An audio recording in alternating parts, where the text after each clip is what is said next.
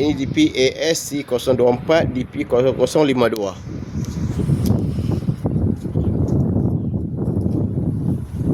Okey, kita mula ke rumah pelanggan.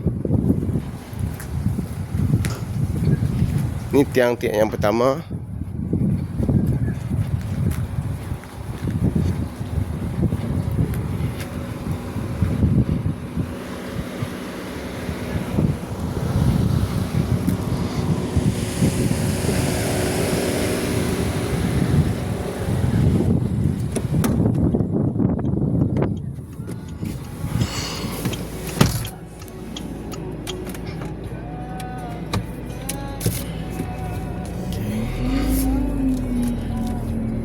Okey, tempat ini tiang TM kita yang kedua.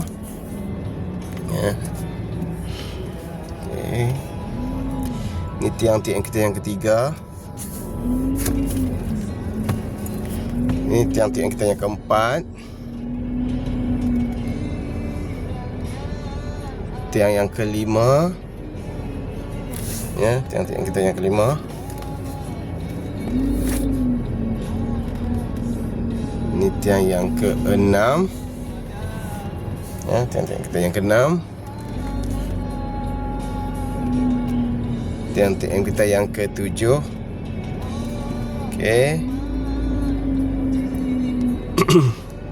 Dan kita perlu tanam satu tiang di sini lah.